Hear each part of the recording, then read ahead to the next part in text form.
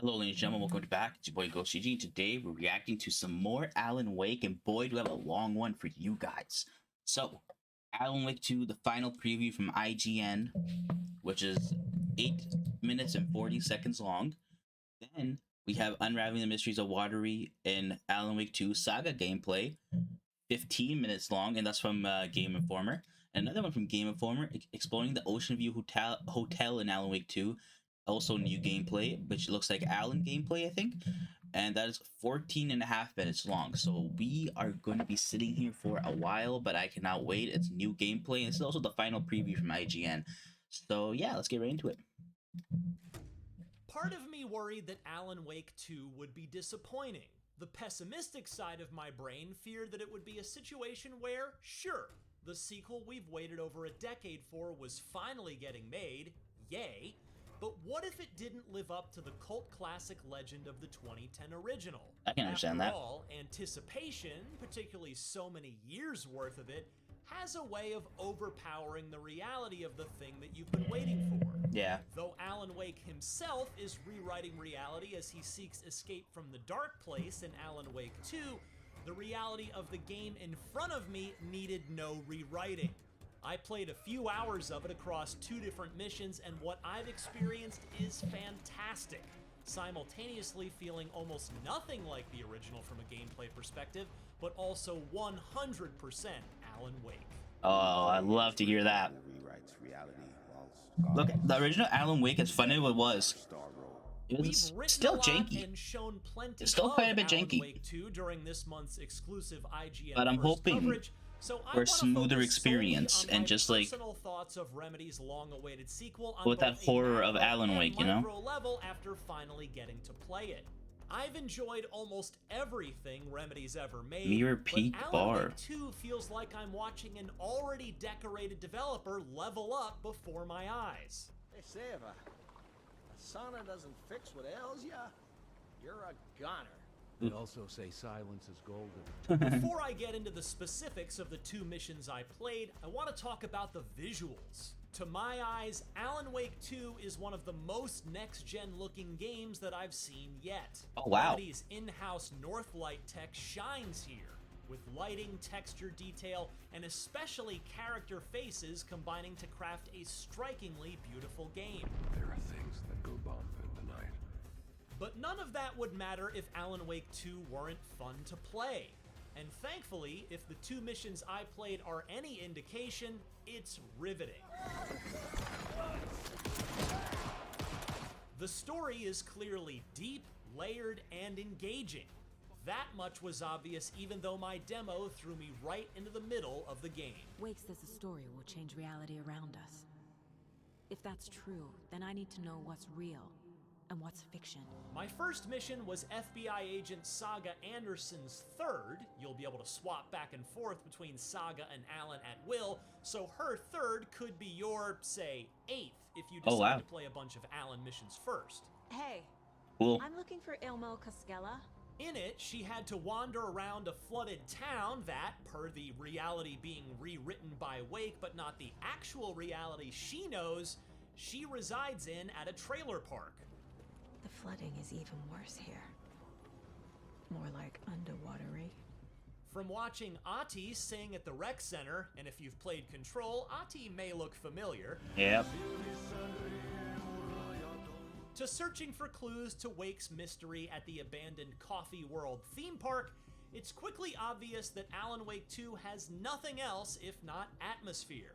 While I knew going in that this sequel was leaving action-adventure gameplay behind for pure survival horror, I didn't know quite how much Alan Wake 2 would lean into clever puzzle solving. What's the combination? People hate the puzzles, Ilma. Why not just use keys? One at Coffee World tasked me with finding a safe code, which had to be deduced by using not super obvious context clues in the room the safe is located in. Oh. Another involved finding a particular item using a clue and then analyzing the environment to find the rest of the information I needed when I located it. I am excited for the puzzles in this game. I like puzzles in games. I don't know why. This is the cult hideout. Their headquarters even? Combat, meanwhile, is given weight by being slow and deliberate, as you'd expect in a survival horror game. Just like in the first Alan Wake, you'll need to make the Taken vulnerable by burning them with your flashlight and then finishing them off with your firearms.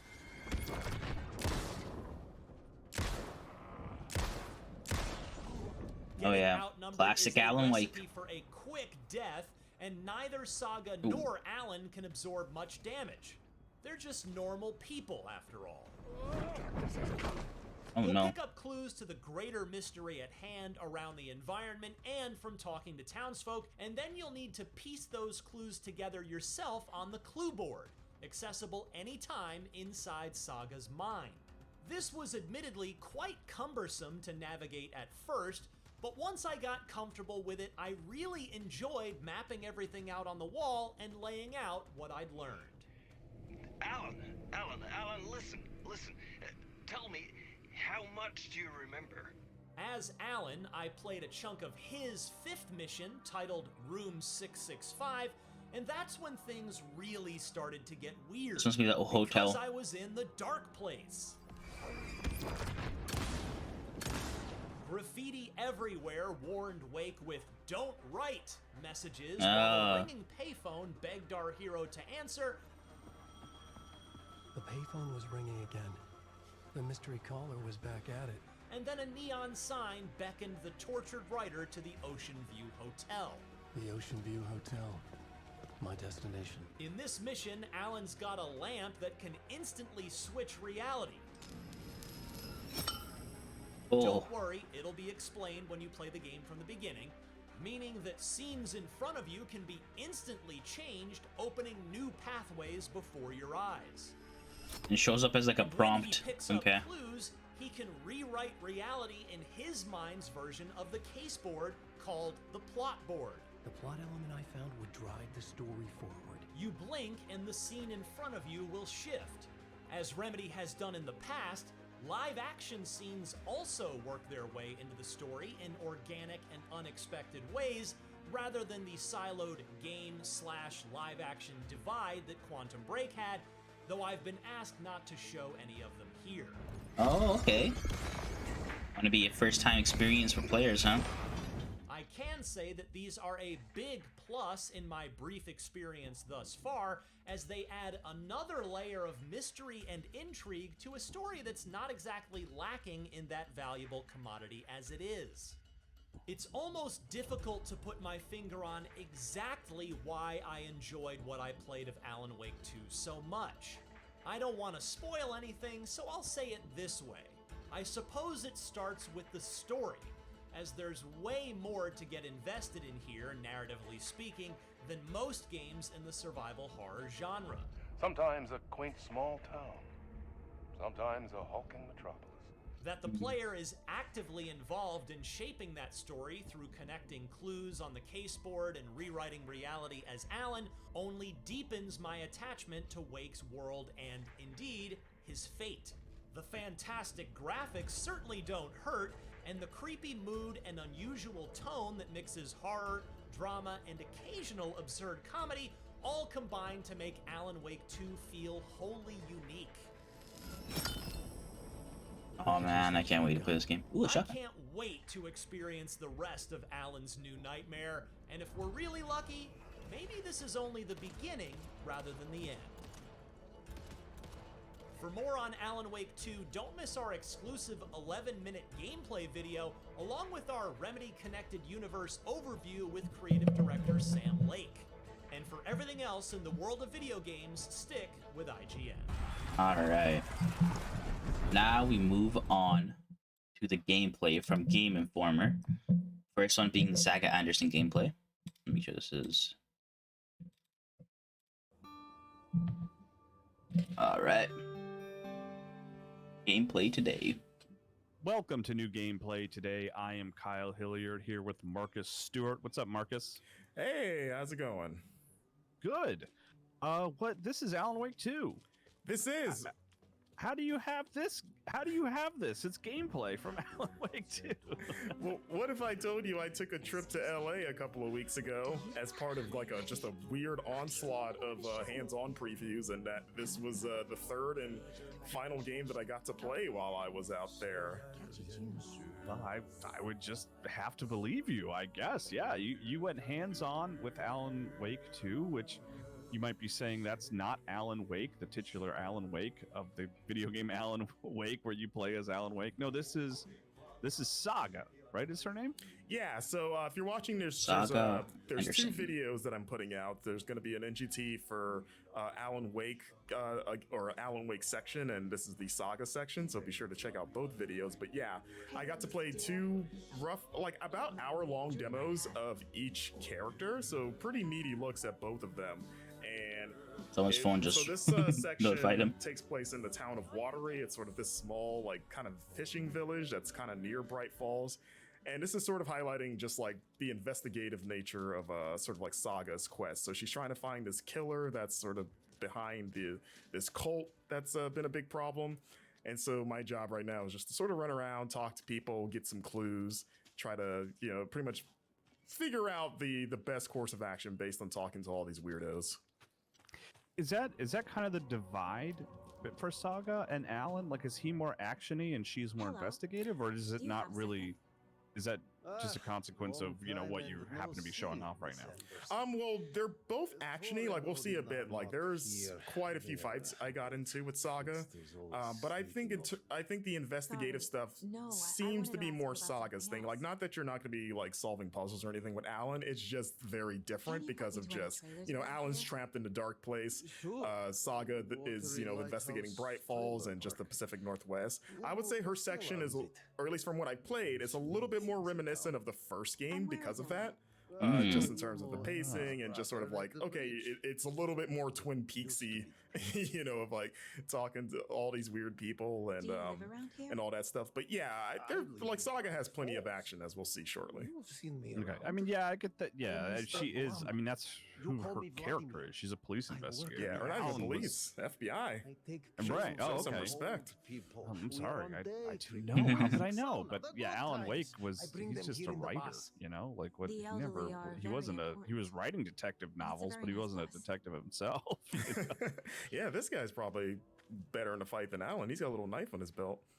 No, yeah, that's true. Mr. Keys there. Yeah, actually looking around Watery is kind of cool. Some of the weirdos, and I had to include this guy just because he's just an old guy in a towel on crutches. He just forgot to get dressed that day, I guess. Well, he's at a sauna. Oh, is he? Yeah, this is like a local sauna. And I was like, well, dude, clearly the people at the sauna probably know something, right? So what's cool is, and I think they've shown this before, but like, as you're talking to people and gathering clues, you'll enter this menu called the mind map. I was playing on PlayStation 5. You just hit the touchpad to bring it up. But it's pretty much like this interactive menu where the menu itself is like a room. Like, it looks like just like a cabin. And you're walking around to different areas of the cabin to access basically different tabs of like, okay, these are your profiles of all the people you've met, and the information updates as you learn more about them or as the the story evolves. Here's like the plot board where you kind of have like the wall of clues. So we see it now, like you'll just instantly warp there. You're like, okay, there's my cases. Here are the manuscript pages, which is sort of like documents you'll find along the way, and you'll just go around and check in here a lot. Television stuff. This reminds me so much, which it all makes sense, but it reminds me so much of Deadly Premonition, the Swery 65 game from many years ago, which was also super Twin Peaks inspired. And like you also in the pause menu, you wouldn't walk a character around a room, but it was like a room where you would kind of like look at your sort of the mystery and how it had unfolded at that point. Yeah. So it's interesting. It's funny in your write-up for the magazine, you talked about how it's almost initially like the first time you pop into that room, it kind of throws you off. Yeah, because it's so quick. that it kind of and you don't even realize it's a menu at first, right? Yeah, like especially if you hit it accidentally, because I was doing it instinctively trying to bring up a map. Like the map's a different button, but you're just sort of trained to like, oh, hit the touchpad for like a map or something, and then Saga's in this whole other area. You're like, oh, did I fast travel or something? You're like, oh no, I'm in the mind map. That's cool. And then on top of that, you're kind of like It's going nice that it's fast. menus in there to see stuff. Like thankfully, there's a view in the mind map that's sort of more like a regular menu where you're sort of switching tabs if you don't want to do the like walking around to a desk to get to what you want to. But you have to like opt into that, right? Yeah, you just hit a button and it kind of brings it up. Okay. So this some action here. And I do love gunplay. It's some of my favorite, right?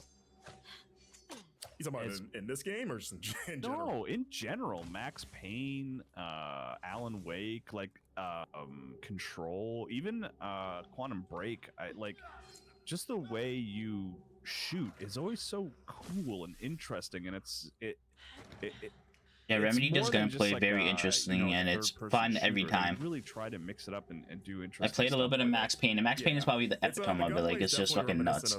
And then Control, having your abilities and shooting around is really good. Alan, it's more, it's a little bit more grounded. The Separate Ways DLC recently, like just that. Having that guy attack you and throw things at you and you're kind of like dodging it by sort of like sidling out of the way, it's very it reminds me a lot of the RE4 combat. I should mention too that that's a compliment. Yeah, it is, like it feels good, like the gunplay and stuff. I don't think I mentioned in the beginning that this is actually my gameplay that I captured while I was at the demo event, so everything you see and everything that I might be doing wrong is my fault, so feel free to lob your criticisms at me. But yeah, you did some expert axe dodging just a moment ago, so you can take credit for that too. I sidestepped as hard as I could. Went to shoot that bottle, it was threatening me. Didn't like the way it was looking at me.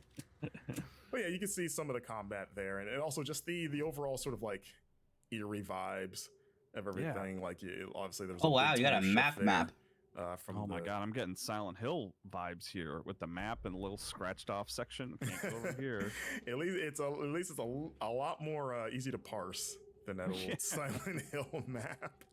Well, we say that now. I mean, Alan Wake famously, not the most straightforward of stories or games. Yeah, which is one of the things I like about it. Yeah, I would say like at least in terms of navigation, this game's a lot better about like directing you where to go, or at least like. Maybe not like straight up telling you, but at least you have a better idea. Like I wasn't lost about like where should I be going right now, or what should I be doing? Like they definitely keep you on the right path easier. You can see them trying to get one up on this guy. It looks like I'm missing, and it's because I am. But I will, in my defense, the gun, the accuracy on this gun isn't great, and that's actually one of the attributes that you can upgrade. In the mind map, there's a weapon upgrade menu, and throughout the game, I believe you're spending like scraps of manuscript pages or something like that, but it's basically your currency. Like, you've got like 20 scraps where you can maybe increase the accuracy of your weapon. Okay. So is it weapon to weapon or character to character, or? As far as I can tell, it's like weapon to weapon, and okay. I have to remember if Alan even had one. I would imagine he does, but Alan's mind map is a lot different looking than Saga's for narrative reasons. Mm-hmm. Just and mechanical reasons too, just because we'll see it if you watch the Alan NGT, but he's got the ability to rewrite scenes and stuff. So just because of that, his plot board is just different. Yeah, it feels like, at least at this point in the game, and I guess for the rest of the game too, Saga is in a much more real space, right? Where Alan is in a much more strange. Alex Casey, cold case. Yeah, this is so this mission is the third mission in the game for Saga, at least, just to give a sense of like how deep in the game this is. I want to say she's already visited Bright Falls just because I had the option, or not even the option, I straight up fast traveled to Bright Falls at the very beginning of this demo. Like it's not in this footage, but that car that you show up in is basically your fast travel.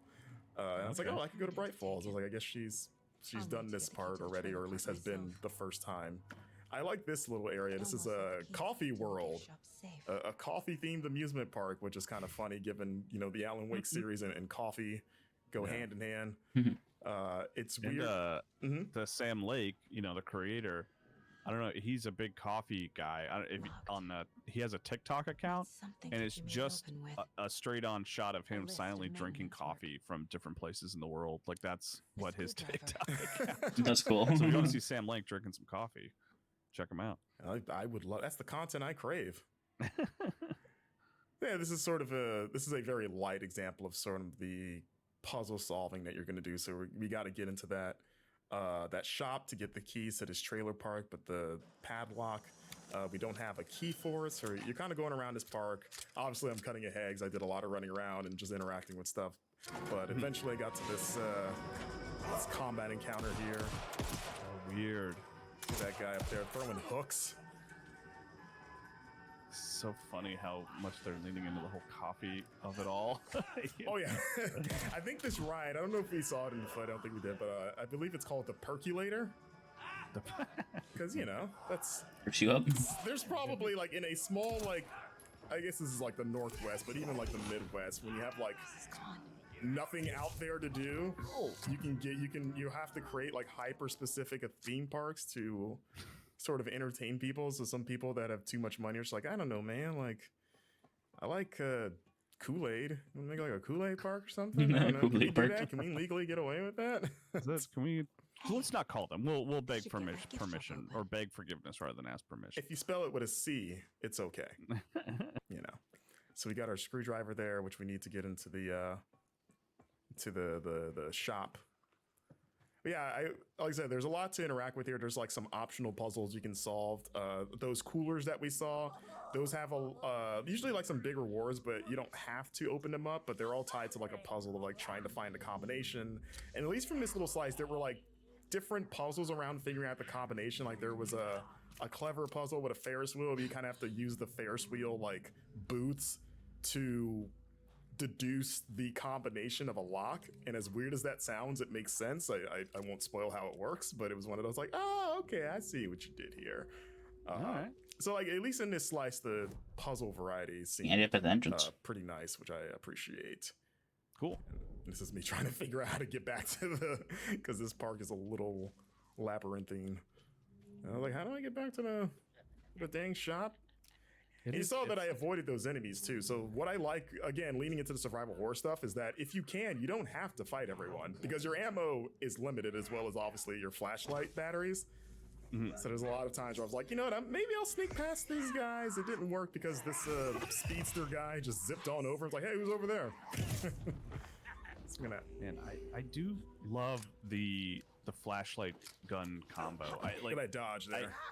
That was good. I like even picking up Alan Wake 1 again. I don't know, like a year ago, and playing through the first couple hours. I just love that action of like you have to sort of disarm them with light before you can shoot them. Yeah, and that sort of strategy of like that forces them to get close to you, right? Because like you'll be holding up your flashlight and they'll be running toward you. Yeah, it's such a satisfying system. I just really like it. It's interesting because before this fight, there was an enemy that I straight up killed without really. Oh, you see how the pieces of flesh, by the way, sort of chip away at the bodies? There's like there's damage indicators. Like you can like literally just take chunks of flesh and sort of lets you know like, okay, they're on their last leg, which I thought was a cool, gruesome touch. But yeah, God, I forgot what my original point was going to be before I noticed that. But we're talking about the flashlight shooting mechanic. Oh yeah. Like there was times that you could just kill the enemies without using the flashlight, but it takes a lot more bullets. So it's like even if you're out of batteries, you can still kill someone. It's just going to require more bullets, from what I could tell. Right. So it's kind of like again, that's even deciding if you think getting in a fight is a good idea. But yeah, as we begin to wind down here, like I said, if you want to see Alan gameplay, there's another video posted right now on our YouTube channel. But yeah, this Slice of Saga I thought was fun. Again, it's a little closer to what the first game was, but with a lot more going on. But I had a good time with it, and I'm excited for the full game. Cool, yeah, me too. Thanks for showing it off, Marcus. And yeah, like you said, check out the other video as well. Yeah, and also check out my write-up on GameInformer.com. Bye, guys. Okay. All right, it's at the end. All right, let's go right into the next one before we talk about anything. Let's go right into Alan Alan gameplay, exploring Ocean View Hotel. This one game format as well. Let's get right into it.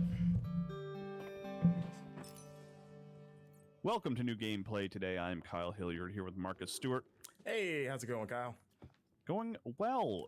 I'm going very well because I get to see a bunch of Alan Wake 2 gameplay. I didn't get to play it, but you did. I did. I went to Los Angeles a couple weeks ago. Got to play about an hour and a half, roughly, of the Alan Wake section, as well as an hour of the Saga section, the other character in Alan Wake 2, which we have a video on. If you check our YouTube channel, if you want to see her side of things. But yeah, this section takes place a couple of chapters or so into Alan's side of the story. Right now, you know, the general premise of Alan Wake 2 is that he's been trapped in the dark place for 13 years, just sort of the like twisted, weird realm that he's been dealing with since the first game. And in this particular mission, we're exploring this strange hotel, trying to search for some answers, and mainly involving the cult and things with Alex Casey, who was like the literary character from his novels. And believe it or not, Kyle, a lot of weird things happen here. Oh god, my nose. Yeah. Interesting.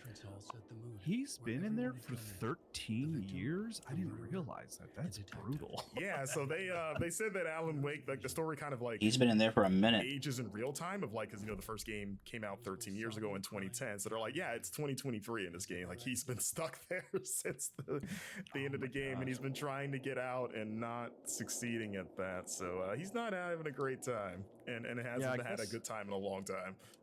I guess you got there's Control DLC where Alan shows up, and which is canon, I'm sure. Which that might have been his one chance to like talk to someone in the outside world, maybe. In the last like year or two or something like that. Yeah, and it's funny you mentioned Control because, like I said, it is canon if you play if you played Control, but especially if you played the All DLC for Control, that is pretty much centered around Alan Wake. But during the preview event, we had a panel with Sam Lake and the two Alan. By the way, that's him right there. That's Sam Lake. That is Sam Lake, Max Payne himself.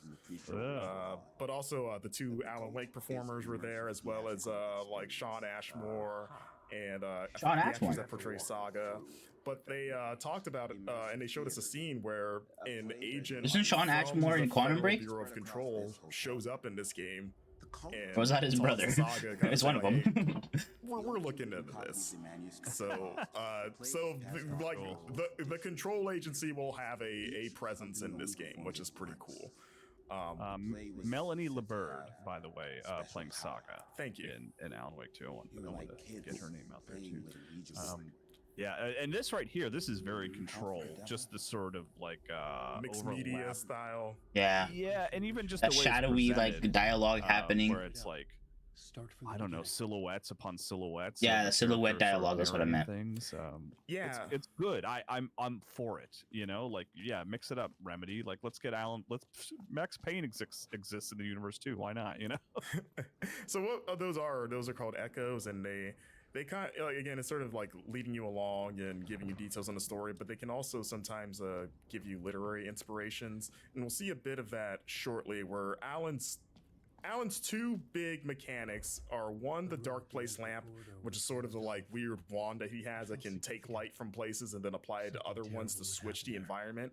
Like every environment, especially in the open world sections, has like a dark world and light world variant, basically. So if there's a barrier that you can't get past in the light, if you take the light away, it'll change it up, and you're like, oh, okay, now that barrier is clear.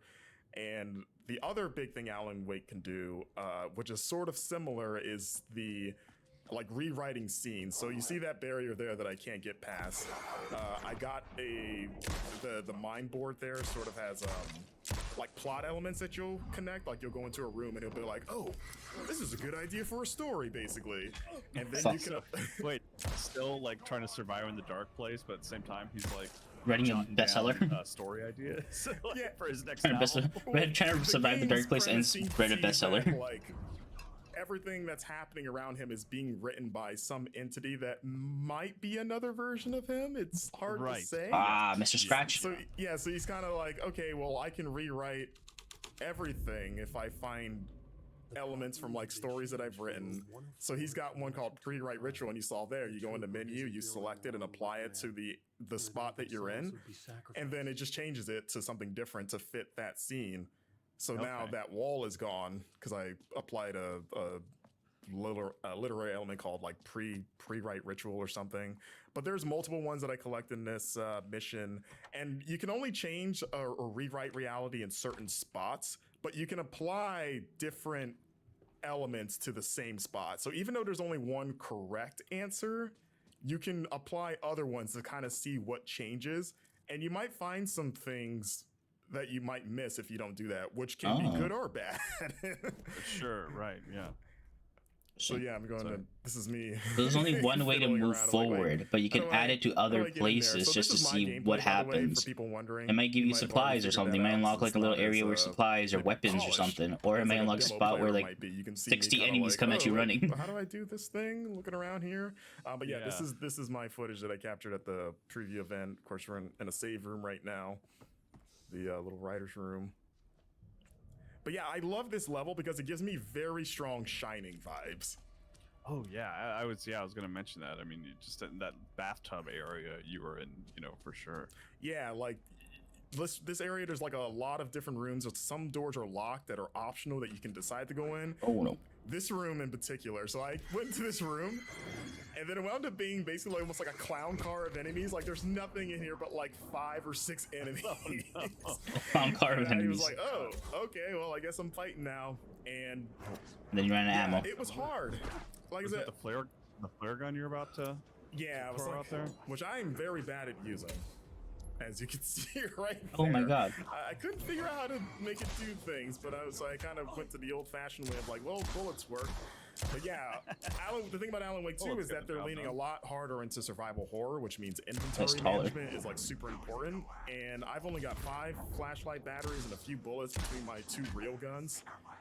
And I'm being swarmed by enemies here. Like it's spoiler alert, I spent a lot of time stubbornly trying to beat this room that I did not have to. It is not crucial to the story, but I was like, oh, maybe there's something in here, like a reward, right? I should try to do this. And yeah, I died probably a good like 6 or 7 times because I kept getting swarmed by these guys, and there was enemies in the hallway that would get involved. It was a mess. And it's always in those situations. It's like your reward is ammo. It's like, oh, well.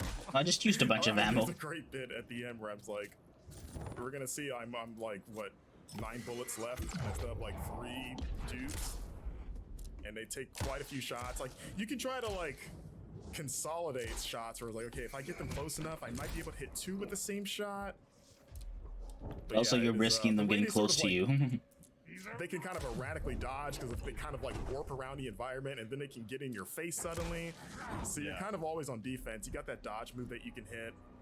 Yeah, that was in the original as well, and when you pull it off correctly, it's quite satisfying. Which I'm gonna have to do because you can see I am completely out of ammo. I remember just being like, I have blown it because all I have is my flashlight. But like, you have a melee attack. Still a dude. So I'm trying to, again, stubbornly be like, I should probably just run away and just cut my losses. It's like, I bet I can melee this dude to death, right? Like, it's just him. Hit him. I'm trying. Isn't that melee's just to get them away from you for a little bit? Does it even do damage? This guy's yelling, I will show you, and all the stuff he's saying. I mean, you're in it, you know, like that's your health in the bottom right, yeah, like. So I'm trying to depth, like maybe there's ammo in here, and then I got some. Shotgun shots. Boom. So I actually, there's a death scene that plays that I cut, mainly because I wasn't sure if I could show it, because it's pretty graphic. Oh, yeah. Yeah, I was like, maybe I don't show it. I'll leave it as a surprise. But there is like a death scene that plays immediately after you go down. We're going to have some graphic death scenes. I want to see those. Yeah, the ballroom. Ballroom. So you see, you're like, okay. Good fonts, good font. So you see it says new scenes. So scenes are the areas that you can rewrite reality in. Okay. So it'll add it to your plot board in your menu. So I just applied a scene called Haunted, as you can see in the bottom left. So now, like, I have a haunted element to it, which is the one that I need for this. I recognized my writer's room on the stage. Yeah, I got another. I dreaded the ideas this would conjure up. Got another echo here. Need to watch. Nice set you got. Lining those up kind of gives me almost you played Hellblade, right? Oh yeah, that was like a primary puzzle in Hellblade. It's like sort of adjusting your view as needed to unlock bits of story. Right, like it's obviously a much simpler version of that, but I kept thinking of that as I was playing this. And yeah, I love these weird little scenes. Like you said, very Control-esque, and I'm with you. Like it's one of the things, like one of the presentational touches I really loved in Control. So yeah, really happy to see that come over here, and it really helps sort of like bind those two games even closer than they kind of already are. Is I see Sam Lake there. Is he performing in the game? Is he acting? Is he speaking? He's not speaking. He's just a So face there's model. another voice actor playing Alex Casey, but like he's physically performing. Oh, okay. It's the same thing with Alan Wake, where there's the voice of Alan Wake is not the performer, like the likeness of Alan Wake. Like especially you'll see like the live action cutscenes. I forget the gentleman's names, but if you play Control, the guy that plays Dr. Deerling is Alan Wake's voice actor. Right. I thought, did they not? So, but that's because that was the case in the first game. Right. And it's still the case. It's the same two performers, yeah. Okay, gotcha. Yeah. Should have closed the door. It's like Twisted Metal. It's like Sweet Tooth. It's like Will Arnett and Samoa Joe. The thing who doesn't think of Twisted Metal when playing Alan Wake? Yeah, or the original Alan Wake. Very similar games. So I got my shotgun here, which I wish I had in that room before. That'd have been very convenient. Yeah, exactly. I love the effect of like it looked cool in the first game, but just the like sort of removing the darkness and they kind of explode into their, I guess, closer to human forms, whatever you want to call it. I mean, that's like the big thing. I don't know if they learned from Control or just decided to start doing in Control, where there were just like particle effects, right? Oh yeah, like we're going all in on particle effects. You consult the devil. I'm like, yeah, great, please do. It looks awesome. Yeah, I mean the game looks fantastic. Like you probably have already noticed that, but just like not even just from a fidelity standpoint, but just from an art design, like. You see, I applied earlier a plot element called the Devil, which is sort of like the aftermath of the clicker sort of like onslaught. See, it's like, okay, the killer already came through and just massacred everyone. So you can see like bodies everywhere. There's a blood trail I have to follow. You can see the walls there in the back have all this writing in blood. So like, it's like that literary element of the story of like, oh yeah, what would happen if like the guy just went on a rampage and just like slaughtered everyone in this hotel. I mean, Remedy does like a good follow the blood trail. They like that mechanic. I hear that's a thing in Max Payne. Yeah, they have that in their office too, right? Like that's how they find like the bathroom and stuff. They just have a blood trail all over the place. I haven't been to the new office. The old office didn't have that. I went to the old office for Quantum Break actually. Okay. Which is a very cool trip. But they have since moved to a new facility. Look at that. It's really giving this guy the business here. So reloading takes a while in this game, purposely. That's why I'm not shooting, because you really got to give yourself some time to do it. And because of how fast the enemies can move, it took a while for me to get like enough breathing room to get some bullets in the chamber there. There we go. So again, the combat like constantly remains tense. So like, I mean, that's the whole point, right? Because it's supposed to be a horror survival game. You gotta keep it tense. You gotta keep you on your toes. Gotta make that distance between you and the enemy before you can even think about reloading. Yeah. Winding down here, Alan Wake 2. Shaping up pretty good. You can check out my written preview on the site. Check out the Saga gameplay. Are we at the end? But yeah, I was really having a good time with almost. Like it's trippy and it's weird and it's fun, and I'm excited to see how the full game turns out on October 27th. Yeah, I'm very excited for Alan Wake 2. Alan Wake 1 was actually the first game I ever got early for like journalistic purposes. Oh, okay. So it's just always going to be special to me, the Alan Wake series. So I'm very excited for the sequel. Hell yeah. Thanks for chilling out with me, Kyle. Yeah, thanks for having me. All right, ladies and gentlemen, there we have it. We watched 3 previews for this game. The first one being only 8 minutes long. It's a final preview from IGN, and then the next 2 being 15-minute gameplays of each Saga story and Alan's story. Saga story being in Watery, which is a fishing town right beside Bright Falls, I guess. And then Alan's story being in the Dark Place, which is so cool. and seeing each mechanic, Saga being the investigator, while Alan being the writer, both of them having action scenes. We got to see a little bit of puzzles there.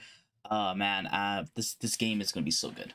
It's gonna be so good. I already have it pre-ordered on Epic Store because you can't get it on Steam. I think they have a partnership with Epic, so I ended up pre-ordering it right away. I had like $100 and something in credit because I bought some games and then returned them like right away because they just didn't play well on my PC with my old parts. Now that I've upgraded my PC, they probably play well, but too late for that. But I had like $100 and something in credit, so I just I pre-ordered the biggest edition of Alan Wake I could get, or like digital edition of it. So that game is ready. That game, as soon as preload starts, that game is gonna be preloaded and ready to go. I haven't ever pre-ordered a game this early, really, except Call of Duty. Call of Duty, I pre-order early to get the beta access. But like other than that, this is the first time I really pre-ordered a game early. Usually I do it like a day or two before it releases. But yeah, I'm truly excited for this game. Like I said, I played this. This is the first game I ever played with my Xbox 360. It came with Forza 5, I think, or Forza Motorsports 5 or something like that. I can't remember which one it was. It's one of those older ones, and then a download card for Alan Wake, and I loved this game. I loved it, and now it's finally getting a sequel after so many years. Oh man, it's truly amazing. But yeah, there we have it, ladies and gentlemen. That was a reaction for these 3 gameplays here. I hope you guys enjoyed. I'll see you guys next time. Peace out.